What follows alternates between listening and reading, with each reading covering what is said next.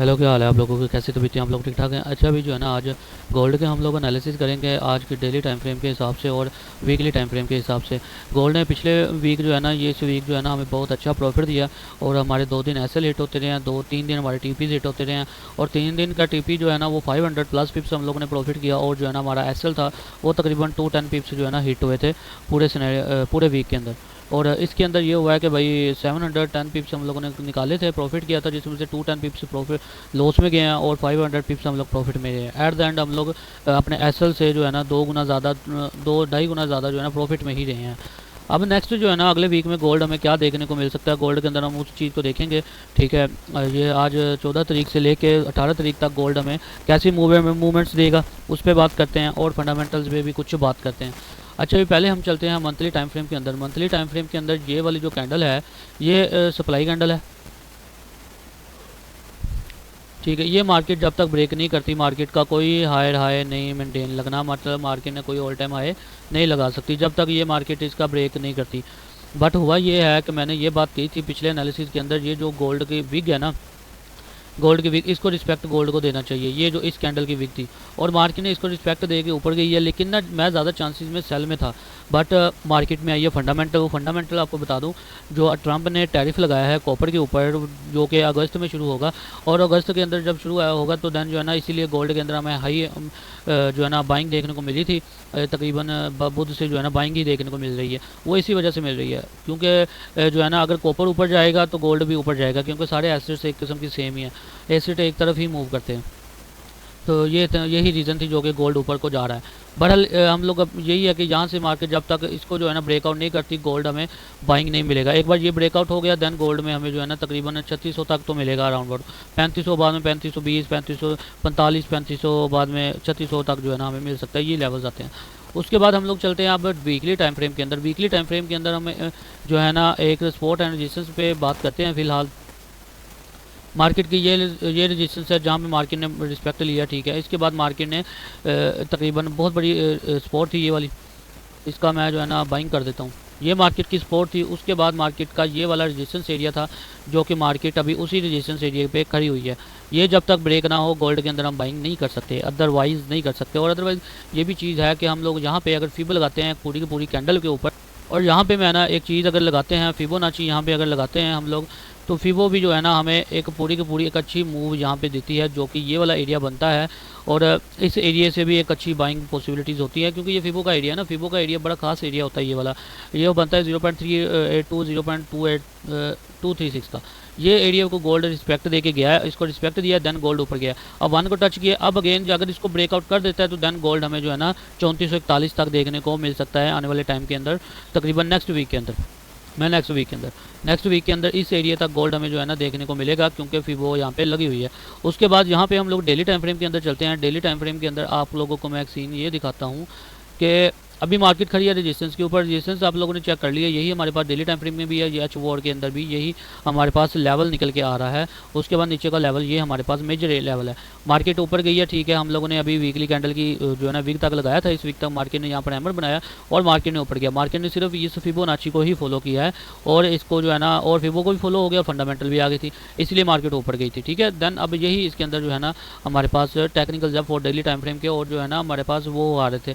अच्छा, अब इसको मैं रिमूव करता हूँ क्योंकि हम लोगों ने इंटरडे ट्रेड करनी है, तो हम इंटरडे ट्रेड के हिसाब से डिमांड एंड सप्लाई एरिया ढूंढेंगे। ये हमारे पास डिमांड एरिया पड़ा हुआ है, मेजर डिमांड है। ठीक है, कोई इसके अंदर नहीं है। ये इसका यही एरिया अगर मार्क कर लो ना, फिर 70 एंड ये वाला ये बनता है ये वाला। ठीक है, क्योंकि ये जो एरिया है ना ये बड़ा मेजर एरिया है मार्केट की। यहाँ पे जो है ना सप्लाई पड़ी हुई है किस्म की, क्योंकि मार्केट जहाँ पे वापस आई है तो सेल नज़र आती रही है हमें और अच्छी खासी सेल देखने को मिली है। अब यहाँ पे मार्केट के लिए जो है ना, अच्छा अब इसकी पहले मैं बात कर लेता हूँ H4 की। यहाँ पे हमें सेल देखने को मिला है। अब यहाँ की इसकी कंफर्मेशन हमें M15 के अंदर मिलती है। M15 के अंदर जाएँ तो ये देखें हमें यहाँ पे क्या मिला है, एक शूटिंग स्टार मिला है, सप्लाई कैंडल मिली है, मार्केट ने बनाई है, देन मार्केट सेल आ गई और मार्केट यहाँ से कितना आई है, तकरीबन 150 पिप के राउंड अबाउट मार्केट नीचे आ चुकी थी। अब यहाँ पे हमें ये वाला एरिया जो है ना मार्क करेंगे जहाँ तक मार्केट की डिमांड पूरी हो चुकी थी, जो कि मार्केट ने यहाँ पे सप्लाई ऊपर से आती थी और मार्केट ने यहाँ पे डिमांड अपनी पूरी कर दी थी। हम इस एरिया को मेंशन कर देते हैं, ठीक है, क्योंकि ये अब हमारे पास डिमांड एज ए डिमांड काम करेगी। और यहाँ पे अब ये वाला हमारे पास M15 का, अब अगेन हम H4 में चलते हैं। यही हमारे पास सिंपल एरिया है, ये देखें। अच्छा, अब यहाँ से मार्केट ने डिमांड ली थी, ठीक है, लोअर टाइम फ्रेम के हिसाब से। अब मार्केट का ये बनता है कि मार्केट ने 55 से ऊपर क्लोजिंग दी है।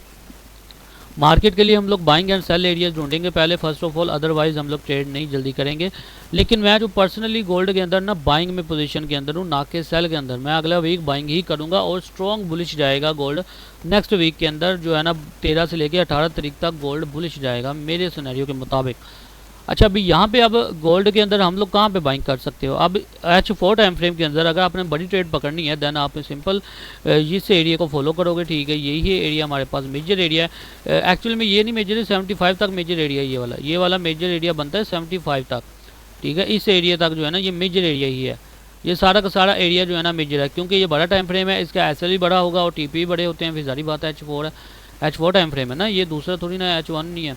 अच्छा, यहाँ पे अब मार्केट ने यहाँ पे एक रिजेक्टेड कैंडल हमें दे तो दी है।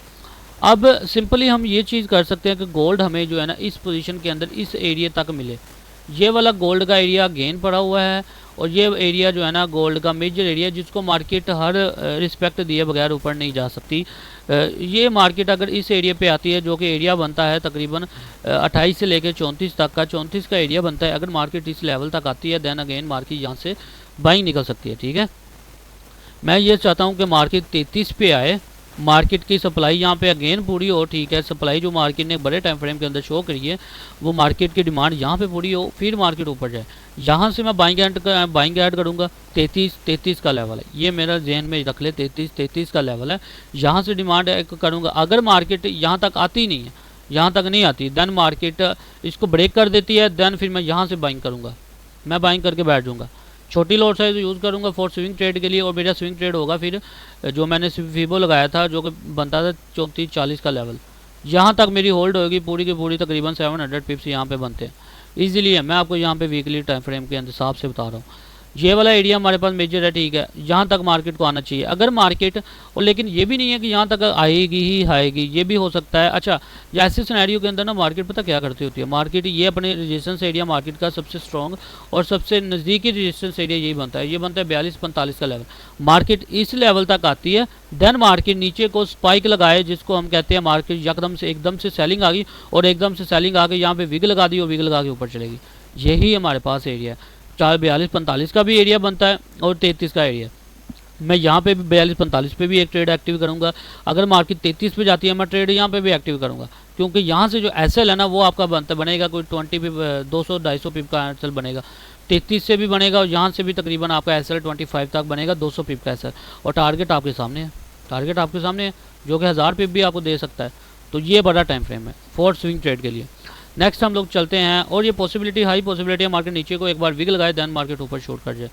अगर हाँ, और ये भी है कि अगर मार्केट ये 33 का लेवल ब्रेक कर गई ना, देन गोल्ड हमें अगेन वापस इस पे मिल जाना है, देन अगेन वापस मिलेगा। ये नहीं कि ये मैंने कह दिया तो कह दिया, नहीं। अगर गोल्ड क्या, क्योंकि गोल्ड कौन सा मेरे किसी खानदान की है ना मार्केट है, तो यहाँ से अगर मार्केट आती है ना, मार्केट अगर नीचे आती है इसको ब्रेकआउट कर देती है, तो मार्केट अगेन हमें जो है ना, मार्केट के पास कोई रुकने वाली चीज़ कोई नहीं है। फिर मार्केट जो है ना एकदम से मार्केट नीचे आएगी और ये ऐसा एरिया पे आएगी, यहाँ से टेस्ट करेगी, देन मार्केट अगेन 3281 पे आ जाएगी H4 टाइम फ्रेम के हिसाब से। ये वाला एरिया मेजर है। अगर ये एरिया ब्रेकआउट हो गया देन गोल्ड फिर दोबारा हमें जो है ना रेंज करता हुआ नजर आएगा, 3280 तक जो है ना अगेन मिलेगा, फिर हम सेल में बैठ जाएंगे, क्योंकि हम लोग तो इंट्राडे ट्रेड है। इसको मैं रिमूव कर देता हूँ। अब चलते हैं H1 टाइम फ्रेम के अंदर। H1 टाइम फ्रेम के अंदर हम एक चीज़ देखते हैं, नोटिस करें, क्योंकि हम लोगों ने 100 पिप भी जो है कैप्चर करने हैं ना। यहाँ से आप लोग सेल एंड बाइंग आपको कहाँ मिलते हैं यार? देखो, ज़्यादा सिनेरियो जो है ना सेलिंग का बना हुआ है H1 टाइम फ्रेम के अंदर। आप यहाँ से ये वाला एरिया वही एरिया बनता है जो मैं ऊपर बता के आया हूँ। ये हाई डिमांड एरिया है, ठीक है, तकरीबन 32-33 का बनता है। ये एरिया का मेंशन कर लें।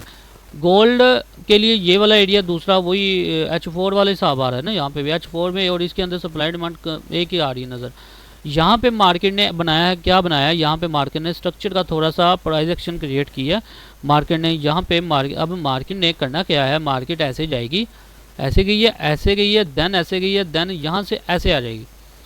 अगर ऐसे आएगी तो यहाँ से ये वाले लेवल पे, देन मार्केट ऊपर अगेन जाएगी। ये करेगी मार्केट, क्योंकि मार्केट का प्राइस एक्शन यही कह रहा है, मार्केट का प्राइस एक्शन यही बता रहा है कि मार्केट आगे सेल में आ सकती है।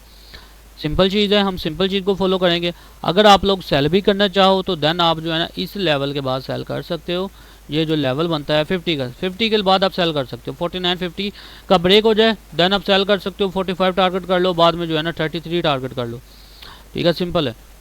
ये 36 वाली भी थोड़ी सी मेजर तो नहीं है, थोड़ी सी स्पोर्ट रेजिस्टेंस का काम करेगी, ये भी स्पोर्ट का काम करेगी। ठीक है, तो लेकिन ये इतनी स्ट्रॉन्ग है नहीं, लेकिन इसको माइंड में रखना।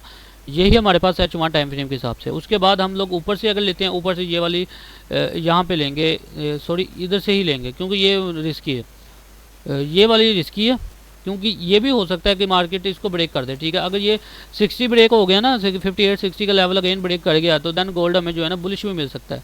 फिर इस प्राइस एक्शन की वैल्यू नहीं रहेगी क्योंकि मार्केट ओपनिंग होती है। मार्केट ओपनिंग के अंदर यही चीज़ देखने को मिलती होती है ज़्यादातर कि मार्केट ने जो है ना गैप के साथ फिल कर दिया, गैप अप ओपनिंग दे दी है।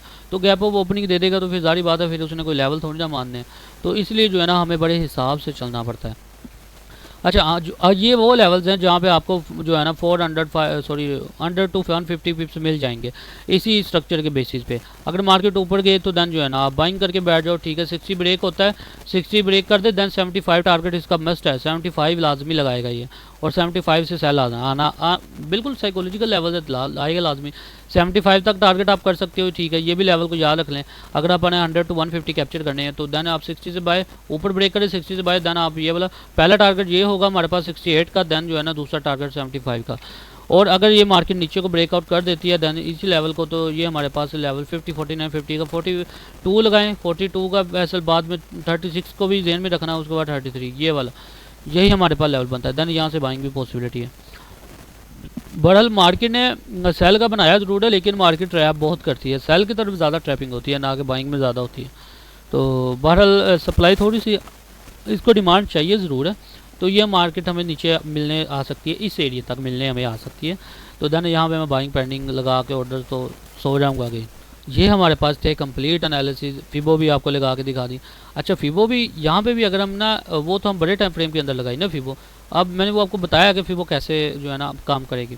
अच्छा, यहाँ पे भी अगर फिबो चेक करें ना, हम फिबो को करते हैं इस एरिया तक, ये अपने प्रीवियस स्विंग है, ये वाला है मार्केट का ना। ठीक है, मार्केट का प्रीवियस स्विंग है, ये लगा हुआ है। अब मार्केट अगर इस एरिया पे भी आता है ना, ये वही एरिया बनता है जो मैंने आपको बताया 0.38, 0.2 है, 0.236 का। अगर मार्केट इस एरिया तक भी आती है तो यार ये तो वेल एंड गुड है ना, फिबो भी यहाँ पे अटैच हो रही है। लेकिन ये वाला एरिया बहुत बड़ा फिबो बना रहा है, फिबो बहुत बड़ा एरिया बना रहा है, पर कोई इशू नहीं है, लेकिन ये काम करेगा, ये काम करेगा। और इसका एरिया कितना बनता है, ये एरिया बहुत बड़ा बनता है, तकरीबन 31, 32 से 80 पिप्स का एरिया, इतना बड़ा नहीं है, 80 पिप्स का एरिया बनता है। और यहाँ का टीपी देख ले, ये बनता है, और एसएल फिर इसके नीचे ही बनता है।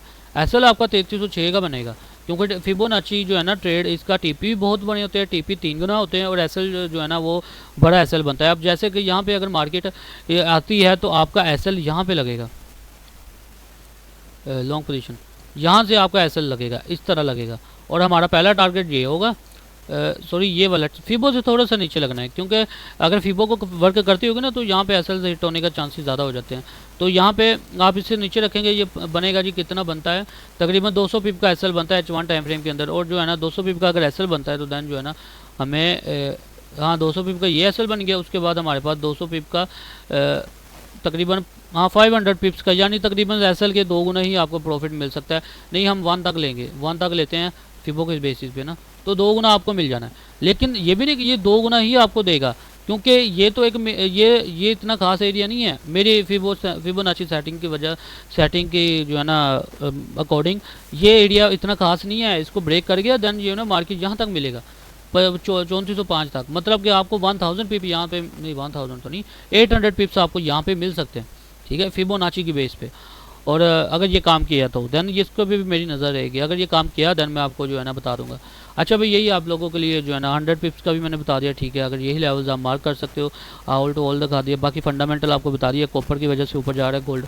ठीक है, बाकी अगर आप लोगों ने हमें व्हाट्सएप चैनल और डिस्कॉर्ड में जो है ना इंस्टा पे हमें फॉलो नहीं किया तो आप कर सकते हो, लिंक आपको डिस्क्रिप्शन में मिल जाएगा। डिस्कॉर्ड के अंदर हम लोग जो है ना ट्रेड्स वगैरह में वैसे भी फ्री भी ट्रेड्स उसके अंदर दे देता हूँ और दूसरी पेड में भी देता हूँ, तो देन आप जिसमें भी होना चाहते हो देन हो सकते हो। और वहाँ पे हमारा एक अलग सेक्शन है जहाँ पे आप हमारी डेली वीकली रूटीन भी चेक कर सकते हैं। ठीक है, तो देन मिलते हैं फिर अगली वीडियो के अंदर। ये थी हमारी आज की वीडियो, तो इंशाल्लाह नेक्स्ट वीडियो के अंदर मिलते हैं।